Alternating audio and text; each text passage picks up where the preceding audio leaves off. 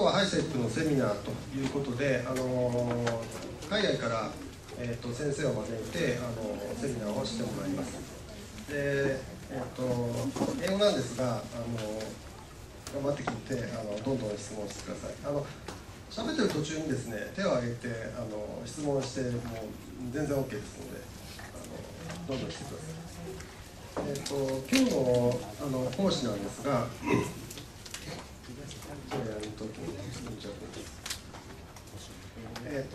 講師なんですが、お名前はですね、ユーリ・リトビーノフ博士です。彼は今、ドイツの、重イオン科学研究所というですね、加速器施設、ヨーロッパで非常に大きな加速器なんですが、そこで、最先端の原子核物理学、原子物理学の実験的な研究をされております。で彼はですね、もともとはロシア人で、1975年に、セントピータースブルクという町があるんですが、非常に美しい町があるんですが、そこで生まれ育ちまして、大学の博士号はですね、もうすでにドイツに、移られて、ドイツのですね、ギーセンという町があるんですが、そこの大学で、博士号を取られています。でその後ですね、現在の職場である、GSI というんですか、ドイツ重要科学研究所、だとか、ドイツにあるマックス・プランク研究所というのがハイデルベルクにあるんですが、あるいはセルンだとか、そういった原子核の最先端の施設で研究を続けてこられました。で今日はですね、こ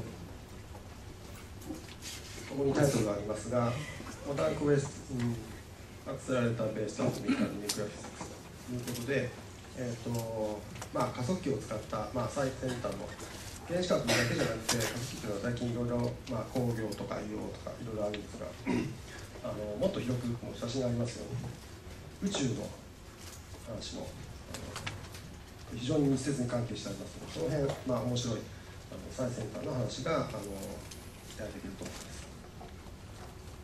それではお願いします。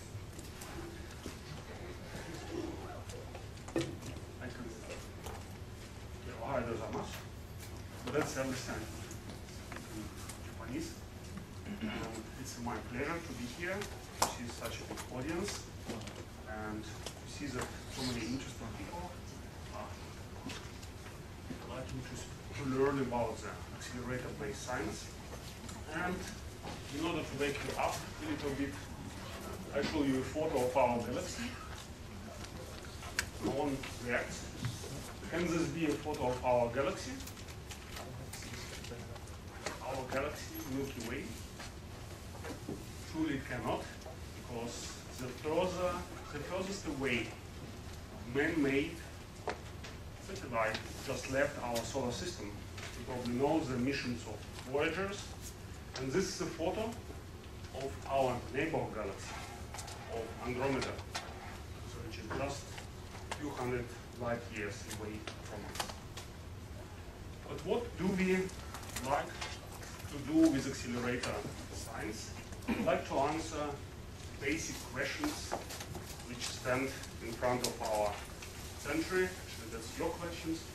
In 2001, the National Research Council Board for Physics and Astronomy of the United States has come together and wrote down 11 questions which you have to answer in the coming century. So this is the questions which are the main questions to be answered in 21st century. Okay? So the question number one, what is dark matter? The question number two, what is dark energy? You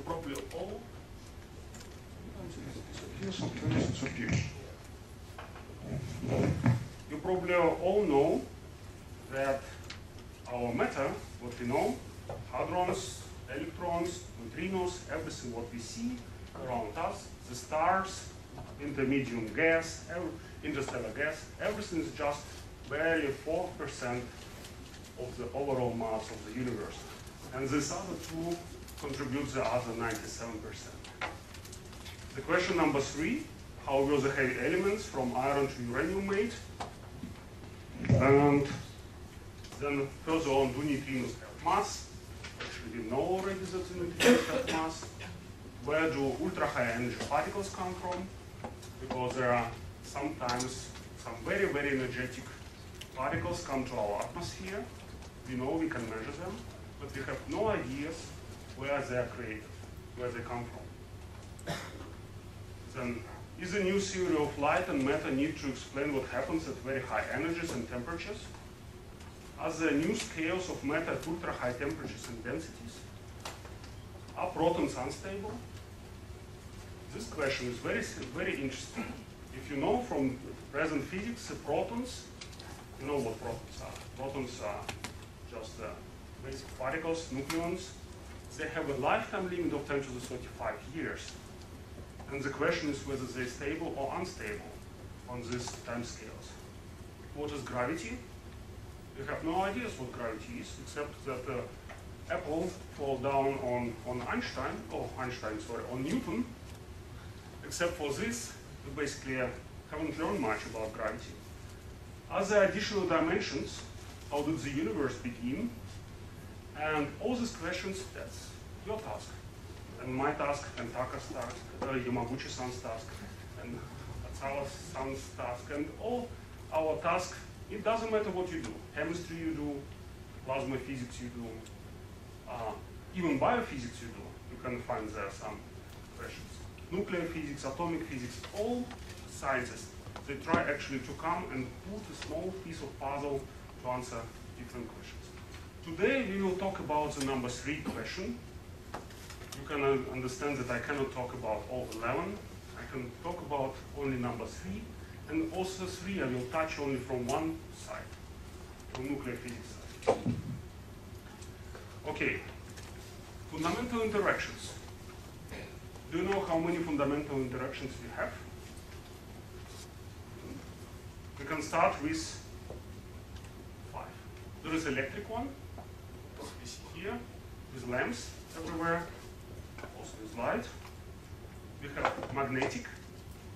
These two have been put together by Maxwell into electromagnetic, you know.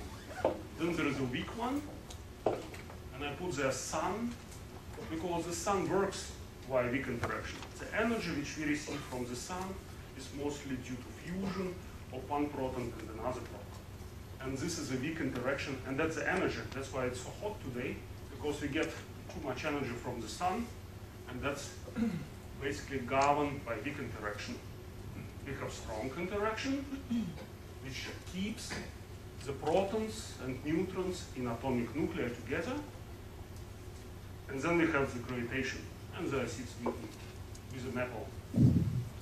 And these 4, electromagnetic and then electroweak, which has been also unified by Weinberg and Salam, who received the Nobel Prize in the 80s, and strong, they all come together in a nucleus. And just to remind you, nucleus is a complicated system built of 2 different particles. These are protons, they usually color them in red, and neutrons, which are blue, but they surely don't have the colors which we like to see. This is a many-bodied problem, and here we can say that atomic nuclei is a present of nature to us, which actually provides you result from a game, from a play between all these fundamental interactions, and they just give us this give as a result to us, which you just need to measure, understand, and learn about nature. That's why people also like to study nuclei. Okay? I know that Yamaguchi-san has presented this in the last lecture, but this is a driving force, or this is the most important slide in nuclear physics. So I'd like to stop here and explain it once again. So what do we have? we have all what we know about nuclear physics on this slide. What is plotted? Number of neutrons in a nucleus versus number of protons in a nucleus. Then we can have this black line as a stable nuclei. If, for example, you now scratch somewhere under the table, you will get all these black isotopes, nuclides, at once. If you are very lucky, you will get this one, which is a gold. Unfortunately, you will not get so much gold. There will be gold, but very, very tiny amount, maybe a few atoms only, but mostly there will be some organic stuff. So these black ones are the stable ones which we see in nature all around our world. This is thorium, this is uranium, this is lead, as I said, here is gold. And we start with hydrogen, helium, lithium, beryllium, boron, and so on. It goes the full periodic system up and down. Then we can have very interesting things. For the same isotope, like for example here, I don't know what this is, probably tungsten, element 74, we can have several isotopes with the same number of protons, but different number of neutrons. Who prevents us from putting X protons and then different number of neutrons? Nobody. So these things exist, and you know, and these are called isotopes. So the same number of protons, but different number of neutrons, isotopes. We can play the game around. We can say, let us, where is? Here. Let us fix the number of neutrons. We can have the constant number of neutrons, but not change. So these are called isotones. And then we can also do isobars. This means that the number of protons plus neutrons is the same. So these are isobars. So the protons are usually indicated with the letter Z. The neutrons are usually indicated with the letter N. And the mass, the sum, Z plus N, is called A mass number. So, and this R equals the same, called isobars. And then what you see, this nucleic chart is everything what we know, everything what we have predicted, created in our laboratory. That's what. Here, actually, Japan at the moment, with facility in Wakoshe, just close to you, is at the moment the world leading facility to extend this picture on different sites, to create more and more isotopes and to study their properties. What you also see, these are the lines here, one here and one up.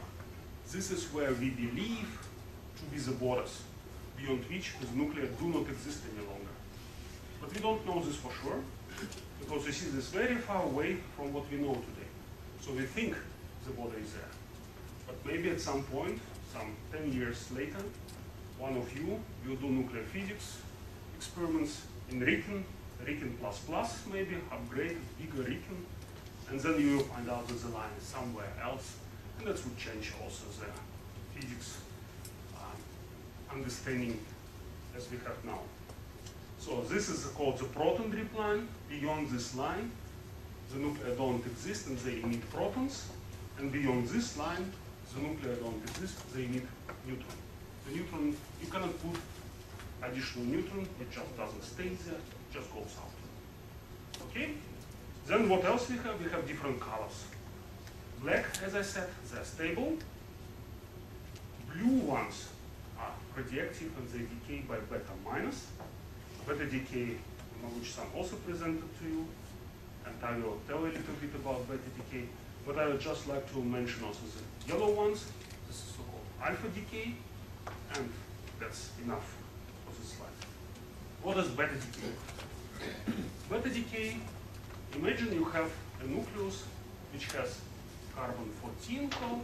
Carbon is element number 6, so it has 6 protons, and mass is 14, so 14 minus 6 is 8, means it has 8 neutrons. 6 protons and 8 neutrons don't match together. There are too many neutrons, and they don't like to stay together.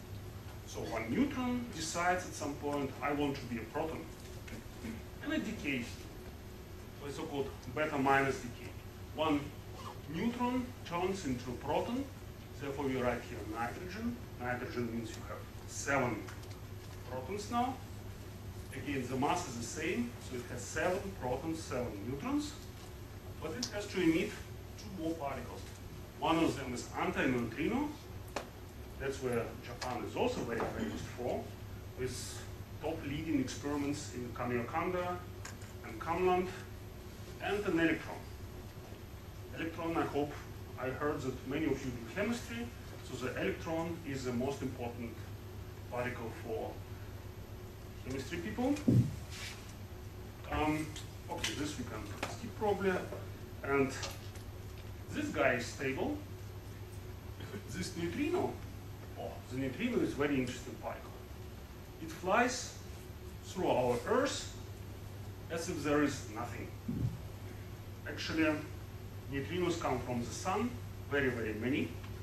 And actually, if you sit now in a school class, in a classroom, and in each head of yours, in each one, there is 10 to the, what is this? 1, 2, 3, 4, 5, 6, 7, 8, 9, 10. 10 to the 10 neutrinos per second per head of each of you come alone from the sun.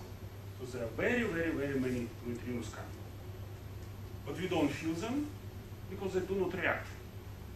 They fly through us, through Earth, and actually in order to react for one neutrino, you need 1 light year of lead. 1 light year means that the speed of light, the particle with the speed of light, so the light takes the distance within 1 year. So it flies with 300,000 kilometers per second, 1 year, and that would be 1 light year. And so big piece of lead you have to imagine in order to stop neutrino. That's called mean free path levels. So why the neutrinos are also interesting? Can you imagine how long does it take for a light to get out of the sun, from the middle of the sun? You can imagine there is something burning, there is energy, there is light. We see the sun is lighting. How long do you think, or how old do you think the light you see is? Does anyone have an idea? Just any number.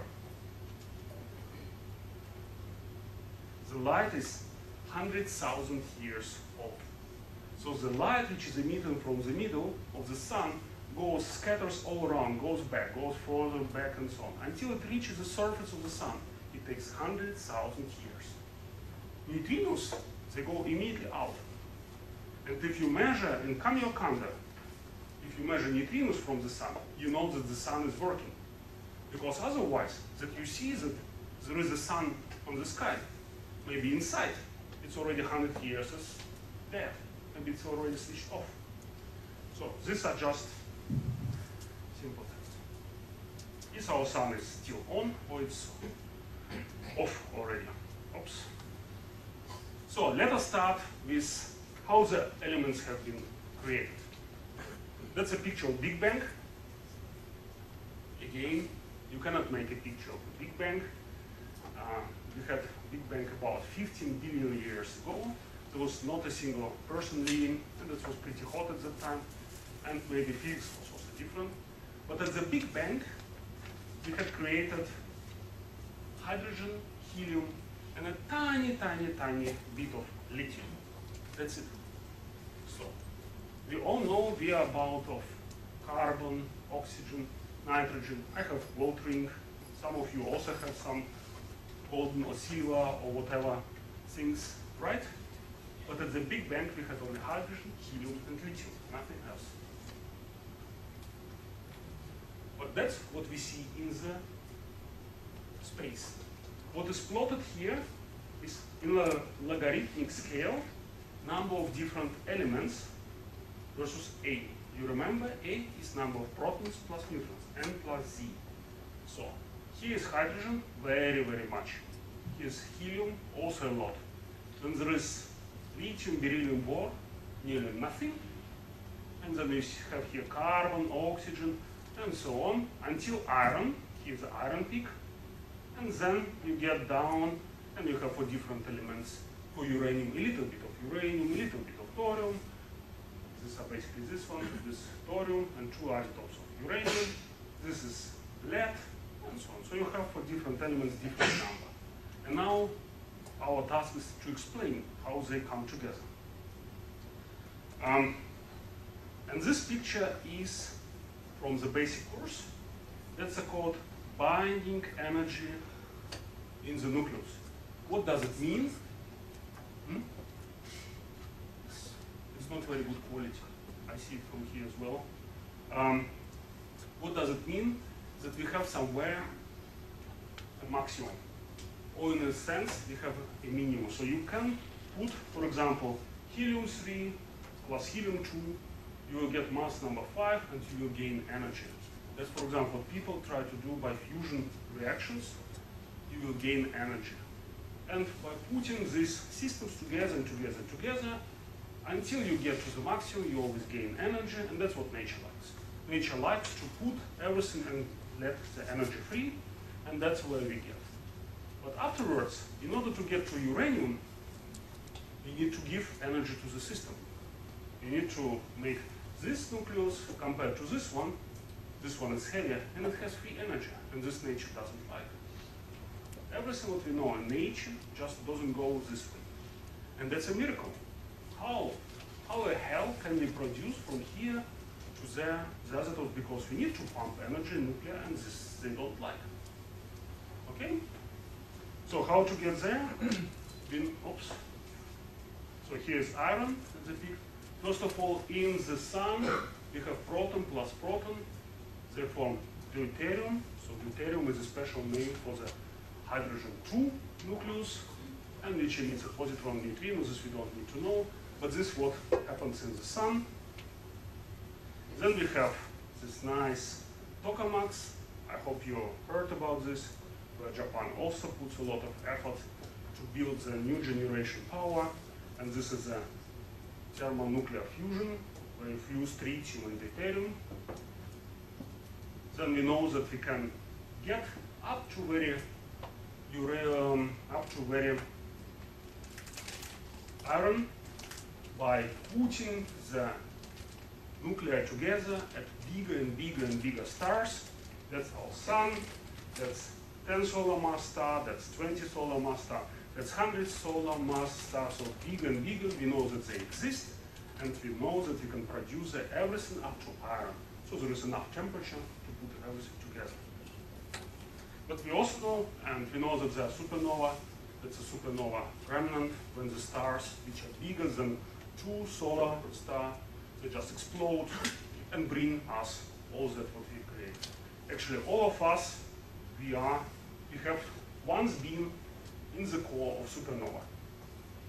Because all the elements which we are built of, they have been created in the stars and then came to us at some point. But we also know that we have uranium. It's fission. There are good and bad things about this, but we know that this exists. So how to create this?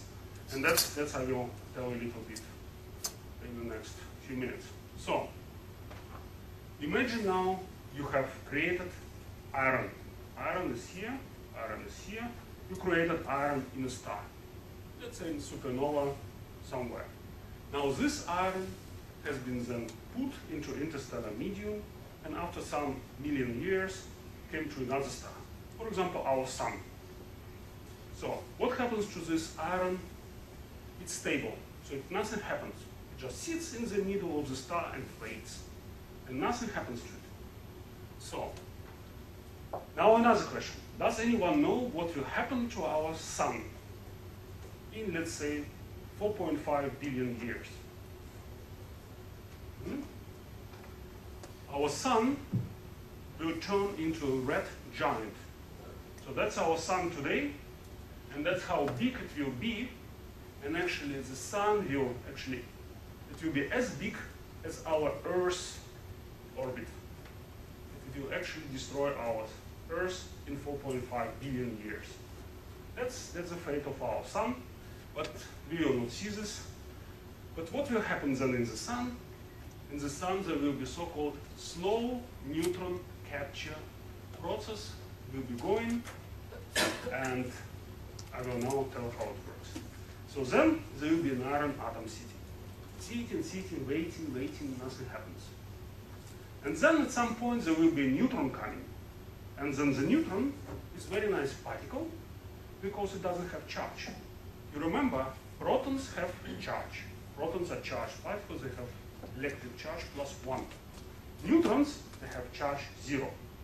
So what happens, the neutron comes, there is a positive iron sitting.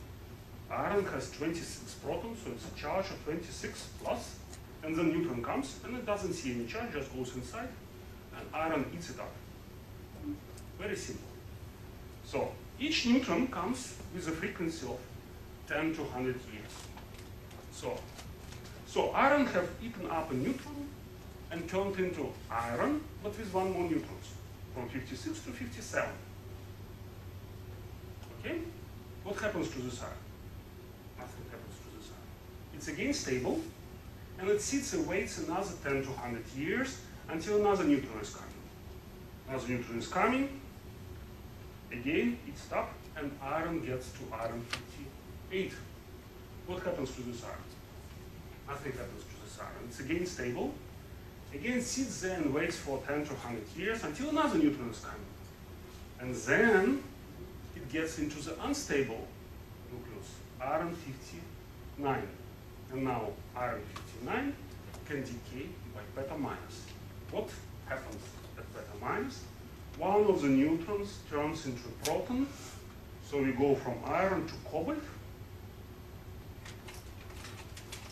and we suddenly climb one element up. Then we can, what happens to this cobalt? Nothing. Again, it waits again until another neutron comes, and so on. And then another time it will be beta decay, and then it goes. And this is called the slow neutron capture process, which goes very slowly, up and up, and goes until bismuth. Bismuth is element 83. I plot here element zirconium, which is element 40. So it goes to the next floor and up, and it takes really long time. But like this, you will populate, or you will produce about 1/2 of all elements up to bismuth. So for example, if I had now the golden ring on my finger, half of this ring I understood how it got. Now we need to understand how the second half was produced. Okay, so are we at zirconium? Yes, slowly we are at the zirconium. And it goes further. So what you see here, you have populated everything, but you couldn't get these ones in this process. These isotopes, they exist on Earth. You know that they are there, but you didn't populate them, you didn't produce them. These are called, and you also have produced these ones. And again, you didn't have them in this process. And now, Yamaguchi-san has asked me to ask you for a home task. And my home task will be very simple. Please think how you can produce these ones, and these ones I will explain in a second. Is it good? That will be a good discussion. So, how you can produce these elements? I have one question. Sometimes why you have two lines? You need two lines. You mean blue and red? Yeah. Okay. It could be complicated. You can have beta minus decay. This is this blue isotopes where a neutron turns into a proton when there are too many neutrons. But it could also be that there are too many protons. And there can be beta plus decay, in which the proton turns into a neutron. And these are the red lines. So in this case, there are too many protons, and then it goes back to a neutron. But we don't need this very much for the lecture, but that's absolutely correct. That's beta plus, beta minus, and that's a capturing of neutrons. Okay? So the question is, 1/2 of all elements we understood. The problem is that this process stops at bismuth, but we have to produce also thorium and uranium. And also we have to produce all these blue ones. And then we come to an interesting task. Then people said in 1957, so more than 50 years ago, then there should be another process, which is called rapid neutron capture process. Rapid means very, very fast. So it means if we start from iron here, we have to very, very, very fast, very, very, very fast, capture something like 30 neutrons and go very far away from the stability. Then, at some point, you cannot capture neutrons any longer. You remember there is this called drip line, where the neutrons cannot be captured any longer. You capture neutron and goes out, capture neutron goes out. So it stays in this place. And there you can make a better decay. And then you go again further up and you do better decay and capturing of many, many, many neutrons. You go also similar way in the S process, but very, very, very fast, within about a second. And then you go up to very, very, very heavy nuclei. Then at some point the neutrons are over, and everything what you have produced stays there and slowly decays to stability. And then you produce these isotopes. What is interesting about this, we have no ideas how this process works. We have no ideas where this process takes place. We just know that it has to be there. So if you look, there are at the moment two suggestions. One of them, that's an artistic view, that you have two neutron stars which come together and merge, basically fuse together. At some point they will rotate very fast, and then at some point they will touch, and they will turn to create actually a black hole. But this works very well if you now make the calculation, and so you produce very nicely this rapid neutron capture process. The problem is this happens much too seldom. It doesn't happen too often to explain the number of isotopes which we see in our solar system and in our galaxy. Another suggestion is a supernova. This is one of the very few real photo of a supernova 1987A, which had happened about 30 years ago. And in supernova, you know, that's very brutal explosion, and some people believe that it could be that there we have this R process, but this is very far from being proven, very far from being settled. Okay? So, astronomy cannot tell us where this process goes on. So astronomers look, there is a supernova, but they cannot tell us whether there is R process going on or not. They cannot. They need help from us, from nuclear physicists. Actually, they need help from atomic physicists, because in order to measure this light from this star, you have to understand how the light goes through. And there you have highly ionized atoms. You have to know all the electron shells, how they look like, all the configurations of the electrons, everything you have to know in order to understand the properties of this explosion. And from the nuclear physics, we want to understand where this path goes on, in order to search in the space somewhere candidate for place. Okay, and I show you last but not least process, because one I have asked you to look at home, and this process is called rapid proton capture. Now you can imagine if you have neutron capture process where you have many neutrons, you could also think about the rapid proton capture where you could have many protons. And this we know what happens. We have a white dwarf. You know what white dwarf is? Does anyone know what white dwarf is? After sun, you get to a very, very big red giant. At some point, it will throw out its atmosphere and will stay with a small, small star, which is called white dwarf. These are very interesting objects by themselves, but we cannot go into details. Or a neutron star in the middle, and this is a binary star system, and these are the majority of all the star systems. They are binary. The sun is an exception in itself because we have only one star. We have sun. Many at least of the solar systems, they have double stars. And okay, and then this star here can pump some material from the companion star, which is actually a red giant. And then you imagine this star is made out of hydrogen. Hydrogen are protons. And when there are some protons on the surface of this white dwarf or neutron star, there is a lot of protons which then can at some point make a boom. So, thermonuclear explosion. And in this thermonuclear explosion, you see nowhere or X-ray bursts. These are, in astronomy, people which look into space, they see this very, very often. These are the pictures of such explosions. And without going into details, it's very, very strange that it shows like this, because the quality of this picture is not very bad. But you go along the proton trip line. That's fine.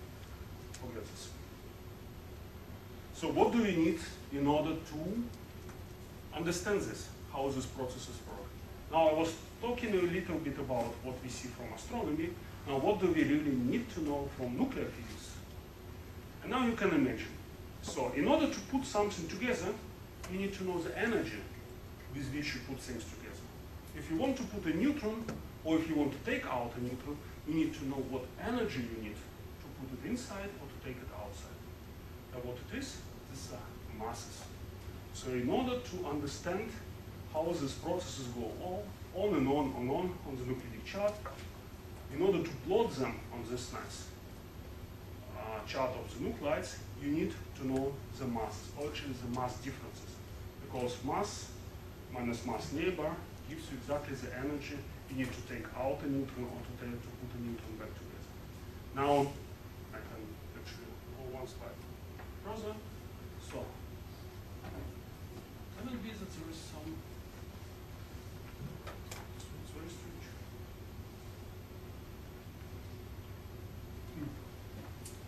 Because, okay, we have to repeat this. So if we have the stability and we now plot all the processes, so the masses tell us where the line goes. Actually, which conditions. The RP process, here's the home task solution, but okay. And the S process. And now, how much of material we produce depends on how fast the process goes. And the process goes, you remember there is always a beta decay. And this beta decay lifetimes then play an essential role because they determine how fast you go. So if you're somewhere here on the process and here you have very, very long lifetime, you will stop there. You will not go up. So and then in the abundance, in the number of elements, you have just here everything 100%. So that's would be, so you need to know masses to plot this line, and you need lifetimes in order to find out how fast this is. There is more nuclear physics input, and I hope that in the next semester or so, there will be deeper things into nuclear physics. Okay, but masses needed not only for astrophysics, that would be unfair in respect to other subjects. I just show you one slide, and that's definitely something with. So, one thing which we discussed is that we need to know the astrophysics. That's here, nuclear astrophysics, path of nuclear synthesis. One other thing is that you study all possible effects because you know chemistry. In chemistry you have shells, right? You feel two electrons in the first shell, 1s2. You have one closed shell, then you have 2s2, 2p6. You have 8. You have another shell. That's quantum system. The same with nuclei. There are also quantum particles. So they have shells. They have correlations. You know that the electrons like to look always in the opposite direction. You know that there is a Pauli principle. The same is in the nuclei. You have shells. Actually, the shells are these lines here, here, and also like this. You also want to learn about them. You need masses.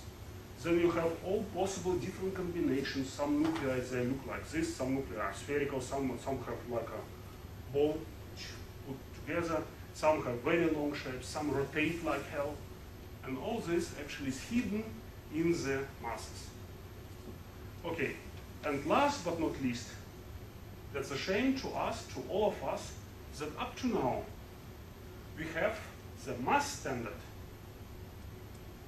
piece of rusty metal which stays in Paris.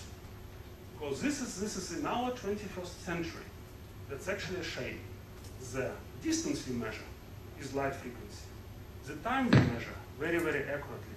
Everything we can measure very accurately, but mass, we still have this funny thing, which is somewhere in Paris. That's very, very microscopic, right? So there is the task for us, and actually there are big projects, to do also microscopic standard of mass. In this case, this is a silicon sphere, which is absolutely ideally spherical, and then you have to measure number of atoms there and to determine the Avogadro constant, and then you could get to a microscopic standard of mass. Okay, the mass is important everywhere, and then just. So, how many people are sleeping? Only half. That's good. So we have another half lecture, then we can get the rest. So let's talk about mass measurements. If you look here, 1913, today is 2013, that started exactly 100 years ago, with a nice publication by Sir Joseph John Thomson in 1913, the discovery of isotopes. I don't know how many chemists are among you, but you all know that the chlorine has a molar mass of 35.5, right? Everyone knows this. And no one asks the question, no one has a problem that it's strange. If you look to Z times, physical review letters, all the publications, the best journals, they only and only were thinking, why is the mass of chlorine 35.5? There were crazy ideas why it could be, because it didn't fit in any picture. 35.5, so it cannot be. And then, because they didn't know that there are different isotopes, and then this nice person has really measured the existence of isotopes, and suddenly it became obvious.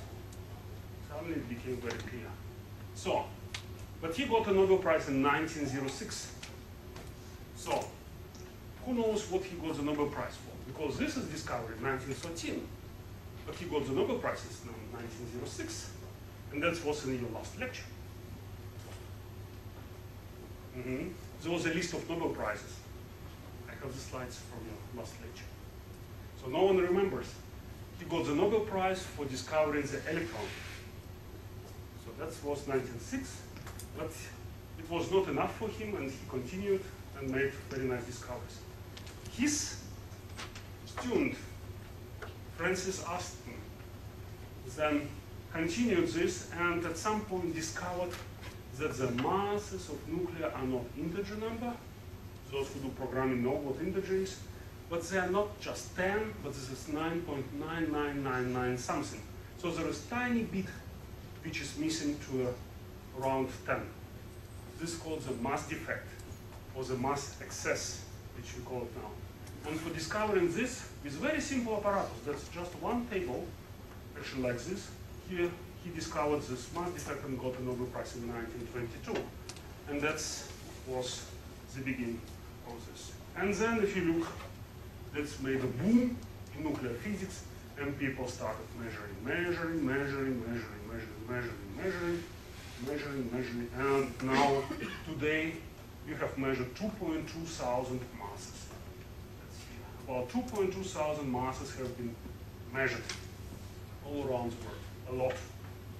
About 3,000 squares exist, and about 7,000 we believe to exist in principle. So the 3,000 we have seen in laboratory, we have produced in the lab, and about 7,000 to 8,000 we believe to exist in nature. And we are still far away from this R process, this rapid neutron capture, which is needed to explain where the second half of my gold ring comes from, and we are very far from the heavy nucleus. So, and then I always ask the question, which is in principle very nice one, and any taxpayer should ask this question. Guys, you spend 100 years. You have measured 2.2 thousand masses. There are 8,000 to exist. So it means you need another 300 years to measure all of them. Isn't it boring? Do you really need them? And so on. And that's a very good question, and I have to tell you that indeed you have to do so because we are coming into very interesting regions where all what we know about nuclei just changes. We know now that the shell at 16 here, that's 2, 8 at 16, doesn't exist any longer when you go away from the stability. It just disappears. We know that the shell at 28 also disappears. We don't know what happens with this shell, we don't know what happens with this shell, we don't know what happens with this shell. We have no ideas because we didn't measure them, we didn't come to this. But the physics is totally different what we think now. We also know that the structure nuclei changes here dramatically. So it's very, very interesting time. And we know that the theory, we just know that we know too little. We just cannot describe this nuclei because we just don't know the essential properties which would allow the theory, because theory just doesn't know. We don't have enough fantasy which we can prove that it's like this. So, one more thing. Then the next question which taxpayer asks, okay, if it's so important, then go and measure. What are you sitting here? Just go and measure. Right? That would be the next question. Unfortunately, the physicists are not so slow. It just gets more and more difficult. If you go further away from stability, the probability to produce an isotope goes very, very, very much down. So you can always calculate, there is a rule of thumb. If you go one nucleus away, it's a factor of 10 lower production rate. Lower production cross-section, lower yield, or less particles you'll get. Another point is that going further away, the lifetimes get very short. You get the nucleus get shorter and shorter and shorter lived. That you can imagine very much. You remember we discussed this carbon 14 decaying in nitrogen 14. Then we had just one neutron too much. But imagine you have 20 neutrons too much. And then each of them likes to decay. Then the decay will go faster. And then this nuclei here live just a tiny portion of a second, in milliseconds. Okay? And then that's a picture which I wanted to show. What do you need? That's a maze, that's a piece of cheese, and that's a mouse, just to explain. So you need to find a way to measure something with one trial and very, very fast. Imagine you have imagine you know the way. You know that the way through the maze would be like this, somewhere here, then go up, and so on, and so on, and so on. And then you would come there. But the lifetime of your nucleus is so short, you will not manage this. You will decay, you will disappear before you get there. Another thing, imagine you are very fast, but you do not know the way. So you can go this way, another time you can go this way, but you have only one attempt. You have produced it only once in your experiment, and you have to measure it only once. So you have to get a new technique you can get from here to here very fast, and with one trial. And that's what modern physics actually does. So, and there are different ways, and I show you only the storage rings, and you will see in the very end why I talk about storage rings. And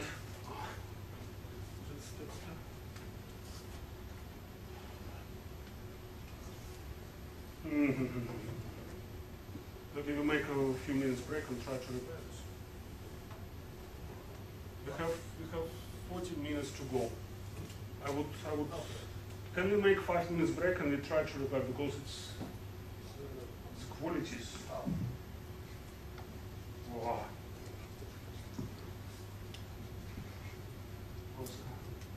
It's very, very different. We do 5 minutes break, right? Okay? Maybe it's something.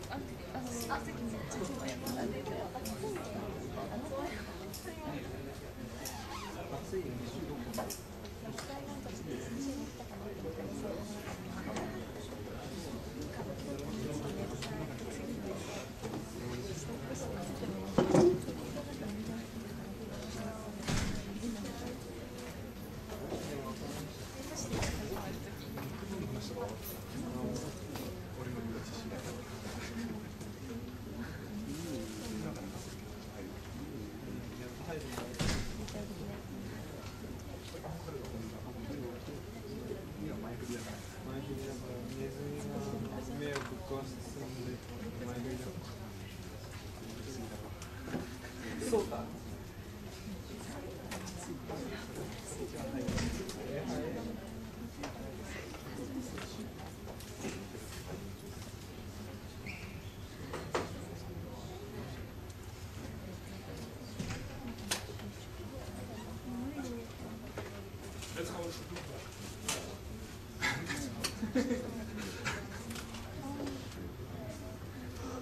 テニスだけわかる。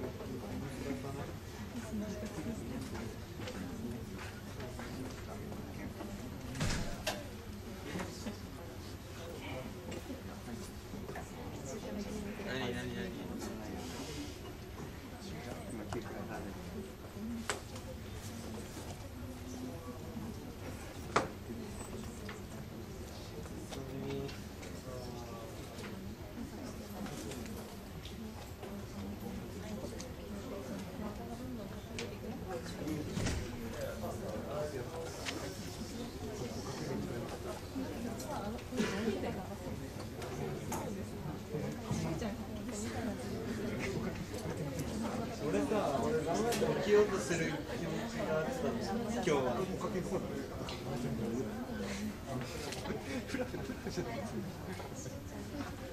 眠いわ。パッドが効かないので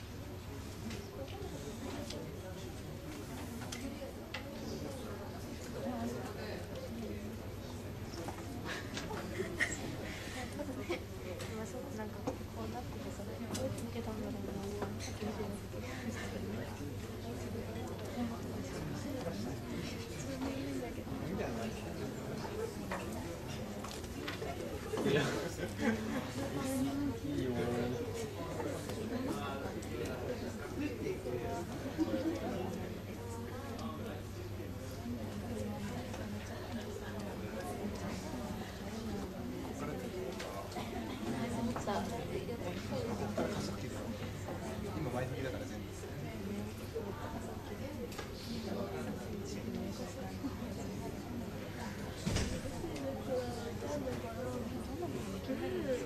やったんでしょ。問題じゃないもん。俺もやってるけどそれ問題じゃないもん。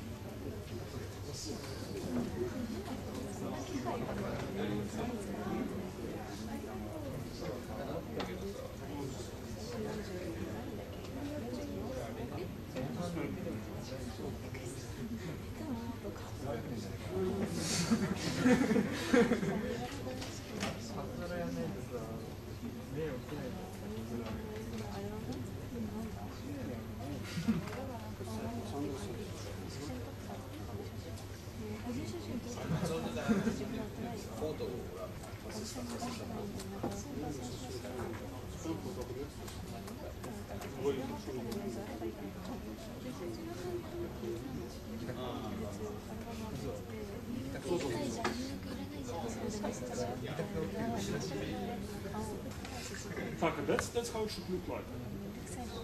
That's okay. That's right.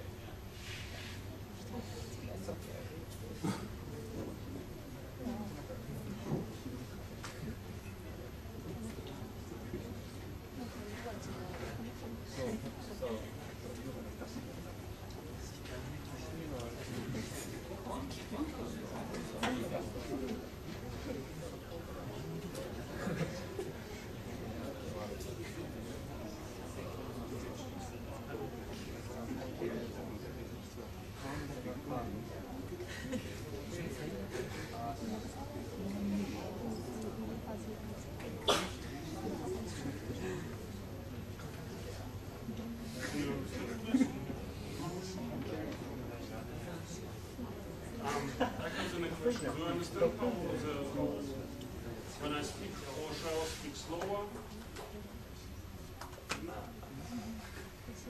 Once more? Slower. Even slower. I can try to speak slower. So now it shows like it should. So we start back with the mouse. Go to storage.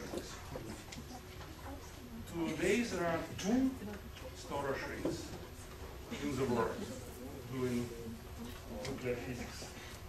One is at my place where I work, that's at GSI, that's in Germany, middle of Europe, and this is called accelerator facility. I know that Yamaguchi-san told you last time about the linear accelerators, cyclotrons. Now you put everything together and you build a radioactive ion beam facility. That's one at GSI. It has different accelerators. One is a linear accelerator, which can accelerate everything from protons to uranium, any source you can find, to 20% of light velocity. This is already considerable energy, and you can do nice physics with this.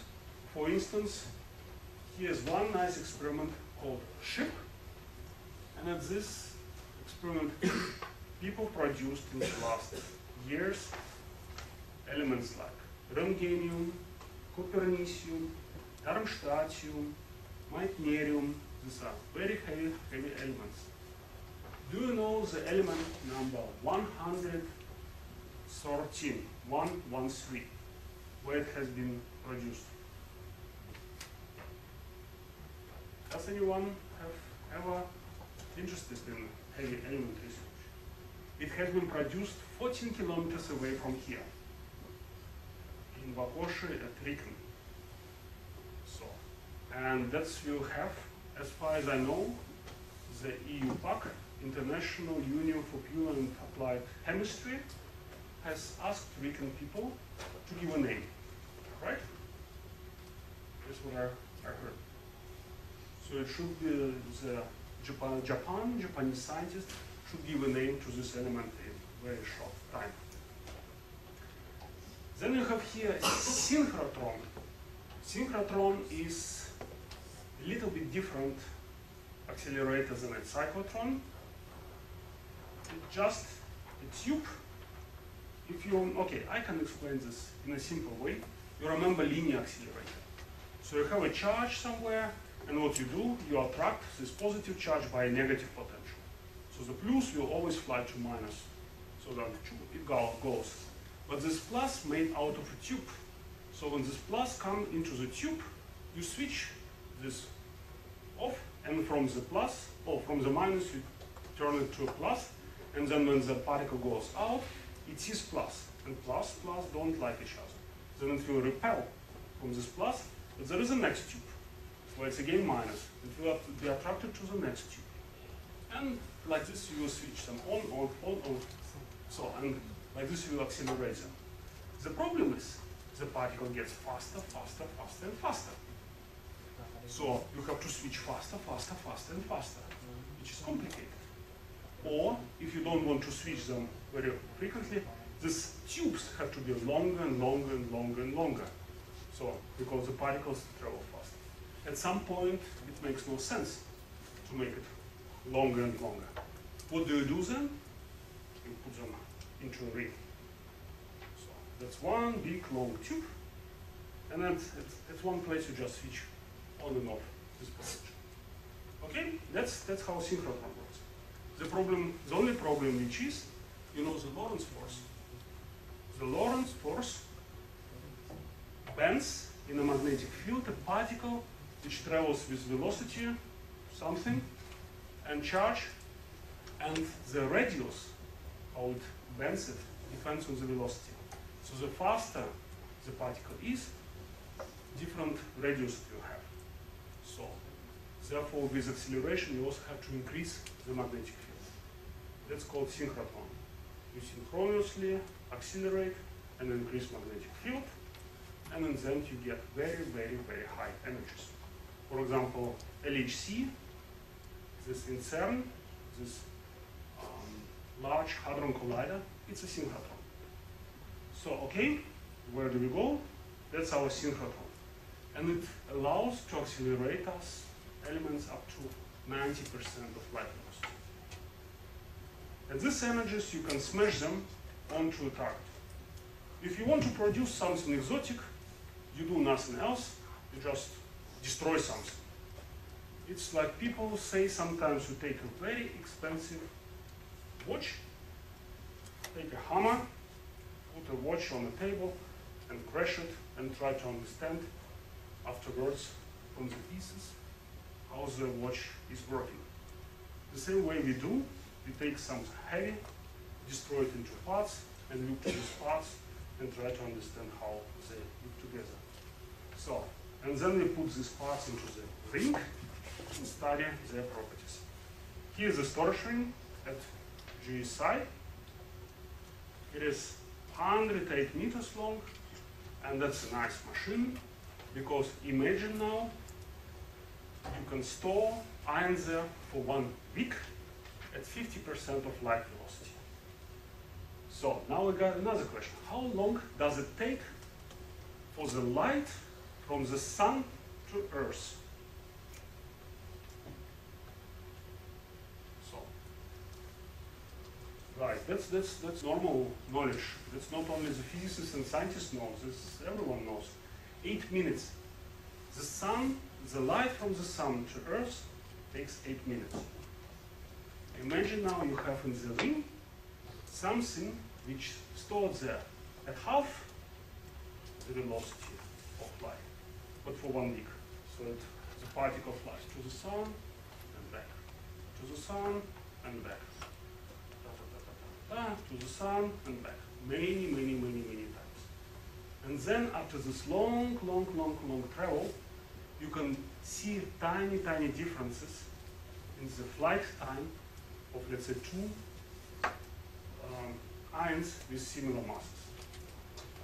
Okay? Another ring is built in China, in Lanzhou. So for those who don't know where Lanzhou is, you can imagine China. You make a finger, put it exactly in the middle with your finger, and you will hit Lanzhou for sure. So that's middle of China. There is a 1 cyclotron, 2nd cyclotron, and then you have synchrotron, big synchrotron, cooler storage ring main, and you have a storage ring. So you could also do the same as I just said for GSI. So now you say that you can store in a ring is ring, so you can store particles, and then you can measure their masses. So now I said that if you have a different mass in the dipole due to the Lorentz force, the particle will have different radius. Lorentz force is equal V cross E, but there is also charge. So, and then the particle will go on different orbits. And let me now make one animation. Now it works fine. There are 5 revolutions for 4 particles with different masses. So they go all all around the ring. They have different radius, therefore they have different frequency. And if you manage to measure the frequency, you measure directly the mass. And here important is that people, our humankind, you can do frequency measurements, the best of everything. You can count. 1, 2, 3, 4, 5, 6, 7, 8, 9, 10. Counting, you do excellent. So that's, if you can do something, if you can trace something to measurement of frequency, that's the most precise measurement we, people, humans, can do. So it made 5 revolutions. Then we do fast Fourier transform, this we don't need to know. And then we produce a spectrum. That's a real spectrum from a measurement. That's how it looks like. There are many different lines. Important is I zoom, and this is this point, this very point. And what you see there, 2 lines, just 1 and 1. We don't need to know what are these different masses, what are the different look likes. You just want to know that you remember the mouse. The mouse had to be with one trial, one time you do measurement, and you have to measure the mass. And here you see it's 1 ion is enough to measure its mass. So the method works, and it works beautifully well. I don't know whether it comes. Yes, it comes. One other thing maybe I can tell you, by doing this you also prove that Einstein E equal mc squared is correct. Because if you do this 1, 4, 3, 1, 4, 3, SM, 62, 62. That's the same particle. The difference here, M and G, means that it has a little bit of internal energy. So, but energy is equal mass to c squared. So you see, they have different masses, also they have slightly different energies. So the Albert Einstein's E equal mc squared is also proven in each experiment. How precisely do you need to measure? That's about like this. If you have a Boeing 747 with Japan Airlines, it weighs about 160 tons, and the measurement you like to do is like to find within 100 milliseconds or so such a small peanut in such a boat. You just wait it for 100 milliseconds and you tell is there a bee inside or it is not inside. So that's a precision you have to do. Okay? That's what people are actually doing every day all around the world. Very nice. I can give you another home task. Imagine you have a nucleus. It's a very simple one. You have a stable lead, that is Pb, 208, and you can now take the 5 out of 105 gram out of 160,000 kilograms. What the mass accuracy you would need to measure the lead mass with in order to compete or in order to fulfill this precision. Okay. This now is an Euclidean chart which we have seen in the beginning, and now there's a color. The black ones here in the middle are still the stable ones, and now the red ones are those which you can measure with torsion, which have been measured with torsions by now, and the blue ones are the pinion traps. So there are 2 storage rings, one in Lanzhou, one at GSI. They have measured these red ones, and the traps have measured blue ones, including this up there. And this blue region here is this R process path, the one which you want to study. And you see we actually just start touching it. You have still a lot of work to do. And we cannot do it very simple. So, therefore we are never out of ideas. There is always some bright person comes and gives an idea, but we need to invent something new. We have to be even faster, even more efficient. We have to be really come with ingenious ideas. And I don't know whether here the Saint Peter who just rushes over water, he doesn't need to swim, he just can go through. So future. And the future I like actually to show this slide with which I started to motivate the lecture. That's the facility which you have 14 kilometers away from you. That's RIKEN, Radioactive Ion Beam Factory. At Vakoshe, you have here the most powerful accelerator in the world at the moment. That's really the most powerful accelerator which presently exists. You have here very nice accelerator experiments which do all different types of physics which we cannot address. You have here experts around you in埼玉University, so you can always ask about this. I like just to mention about this very small thing here. It was a dream of many people for more than 10 years to have a ring there. Last year, at this time, there was still an empty hole, and today, well, that's how the ring should look like, it's there. This ring stays there, and it should provide very nice mass measurements of very short lived, of very rare isotopes, and probably will go into very new physics already in a very short time. So, two professors who push this project forward, and I think they will be very happy if you also have interest and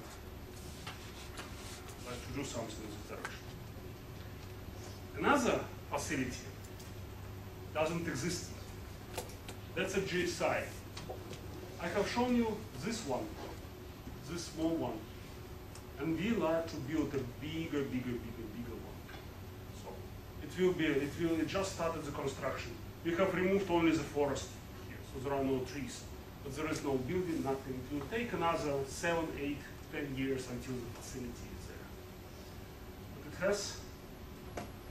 has now 2 big synchrotrons, it has many experiments, and it has a couple of rings, 1, 2, 3, 4, actually here's 5, and there are also very small rings there. We have many new rings, and one of them, this one, CR, or collector ring, is also will be doing mass measurements. And that's what we expect to measure, both here in Japan as well as in Germany. We expect to cover most of this mysterious R process path, and we will definitely find new physics, which we already know is there, we just don't know which one. So we can have some dreams. Oops, cannot be. That's it. Thank you very much.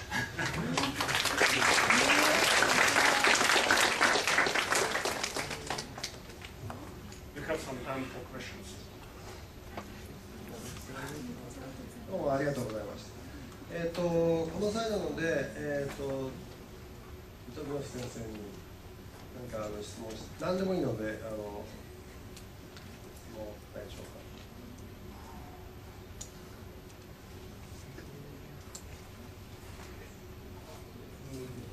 Then I will start asking questions. I have 2 or 3 questions. Oh, Maybe first one is very simple. How many researchers are working in GSI lab? For all physics subjects, What's that? 1.2 thousand. 1.2 thousand researchers, Yes. including students. Students are not counted. So GSI is not. Students can come and work there, but they are not counted as GSI staff. Actually, the researchers are 200. The 1,200 is including the administration, including the technical staff, including the engineers, including the accelerator people. Researchers are just 200. And students are about 300 to 400, which come and go all the time. One more question.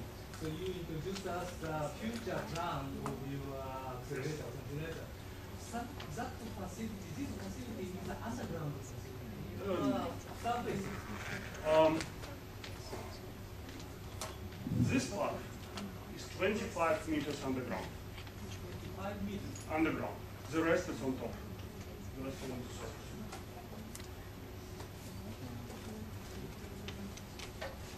学生さんから何か質問、何でもいいです。No.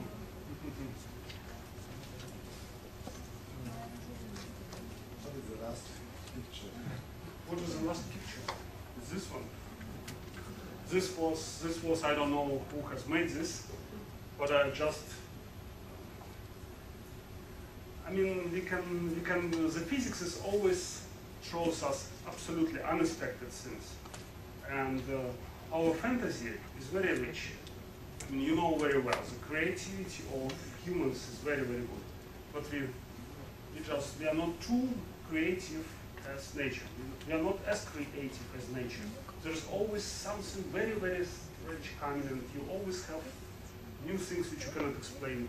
And when you explain them, you are very much satisfied, but you see another thing which you cannot explain. And one very nice person, whom probably a few of you might heard about, our Kinley. He died unfortunately this year, but he spent in Japan a very, very long time working at Tokyo University. He said that you always have to do something new, and you will always find something new which no one has expected to see. And that's what I just wanted to illustrate. Yeah, I mean, that's everything what you plot here. That's what we think today will look like. But I can guarantee you it will look totally different. And therefore it's very interesting to see some place where we can do something which no one has tried, no one has looked at, and whereas there is a lot of also application, you can apply this to something. That's everything I find very inspiring and very exciting.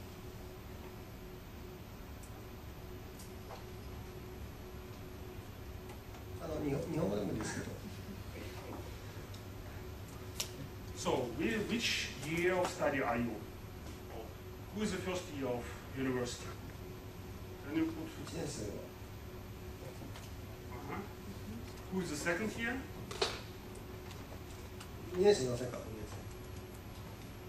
Everyone is the first year. But which year? You have to decide. No, it's that I want to ask you, because all of us are more or less like 1 year students in here. And you show us like very difficult and complicated physics. I know that you explain it in a simple way, but to know and to build all this knowledge, it has to have a lot of work behind it. We are first year students, and I'm asking like, I'm studying biology here. Biology. To know about heavy elements, these concepts like cancer, in your case, for weird nature explanations of the world. Do you think it is better to start now, or to like put efforts in the master degree after you already have more knowledge? I think it doesn't matter. You just need to find a subject which you like very much, and then it will come by itself. So it's very tough to study something which you think is boring. I mean, I never liked theoretical physics. When you get to, yeah, that's true, I never liked it. When you need it at some point, it will come by itself. You have to only know the terminology. And so you have to know, these guys talk about this and this, okay, I can look in this book. And so I always hate the examinations when you have to write all these formulas by heart which you forget afterwards. But afterwards, if you do research, and you come to a task, and you are really burning how to solve this, you will learn all the theory, everything what you need. You will learn them. You just need to like this. I mean, the physicists are lucky, not only the physicists, the scientists, they are lucky persons. We do what makes us fun, and we get money for this. And we can also travel around the world. Give lectures, do experiments, and so on. Isn't it true? I think that's true. Like, how many biologists do you know that are working in this project? Oh, in carbon therapy, in the heavy ion therapy. Yeah, but there are a lot of, for example, biologists who work in the medical centers, Yeah. or for example, in Burma, heavy elements, Yeah. materials. But about particle acceleration projects, I haven't heard of anyone working in that. In biology, biologists. Yes. We have a very big group at GSI, which is about 100 people, only biologists, doing irradiation. But that's not only therapy. They also do irradiation for the space missions, because you know, for example, to Mars, it's not only a technical problem to fly to Mars. There is a huge problem with radiation, because you get such a big radiation during the flight to Mars and back, which is actually the year doses for this. So people working very many on shielding from the radiation, on studying what is the effect, for example, of heavy particles on human cells, on living cells, how to prevent mutations there. A lot of biology at accelerators. I mean, we have a heavy ion therapy at GSI, but that's not the major subject of this group. They really do some fundamental research, what happens with cells if you put high energy iron, for example. And it turns out, I cannot have the slide, but from the space, what comes is mainly protons. But there is very, very tiny bit of iron which comes from somewhere. Actually, we don't know from where it comes, but we know that it comes. So, and this iron makes more damage than all the protons. And such things you cannot do in space because they come too seldom, but you can do in laboratory. We study it for the very ever. There is a lot of biology at accelerators, really a lot. And we have in the big project, in the future project, we have also very strong biology group which is interested in high energies, high intensities to start this. Also chemistry we have a lot. I don't know whether you do chemistry here. Do we have chemists here? 他の人とかいます？ Chemistry. I will not ask a question. I will just tell. For example, this periodic system of elements of Mendeleev, where this element 113 will go, in which group, whether this periodicity is still there. It's very, very complicated issues. When you get high and high in Z, the shells, which we know, they look totally different than we actually used to study also at the university. It's all things are interesting. Also, there is a lot of chemistry at these facilities.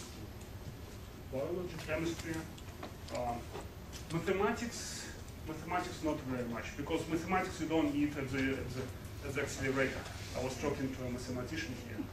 Mathematics can be done at the university, but we have very good communications with theoretical groups at the universities. It's true. Material science, also very much a lot. Also, that's also relates to chemistry. When you irradiate something, you get totally different properties of materials which we used to know. And you need to have radiation hard materials, or new ones which you just for special properties. That's also a very big part.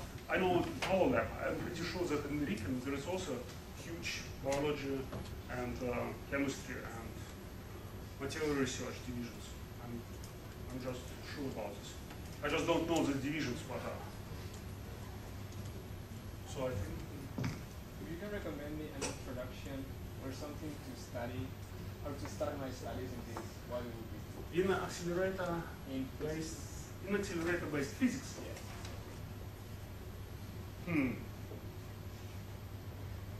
He knows. Because, I mean, all this knowledge comes from 3 or 2 years of studying at university, but in university you study a lot of things, mathematics to like conceptual and theoretical things. But biology doesn't. I mean, for example, we don't study a lot of mathematics. We don't study a lot of physics. We study chemistry, though. I mean, to take a book and really understand it really difficult. Yes, I understand. And I have to support you in this respect that I think that the most interesting discoveries at the moment are not in physics, not in chemistry, not in biology, but always in between. Where you do something, you do biology at accelerators, you do chemistry with super heavy physics. That's what I know. And they're the most interesting things coming out now. And I don't know how to change the education, especially in Japan. I don't think that it can be done. What to recommend? I have to think what I can recommend. Because you don't want all this mathematics behind. You don't want to have all this theory. You need to get just a feeling what you can do with machines, and you have to get a feeling what you can do there and what the machines can provide you. That's what we need. I need to think about this. Or maybe a course, very simple course can be offered. 他に何か聞きたい質問とかないですかね。ちょっと時間をしてますので、写真を撮りたいんですけれども。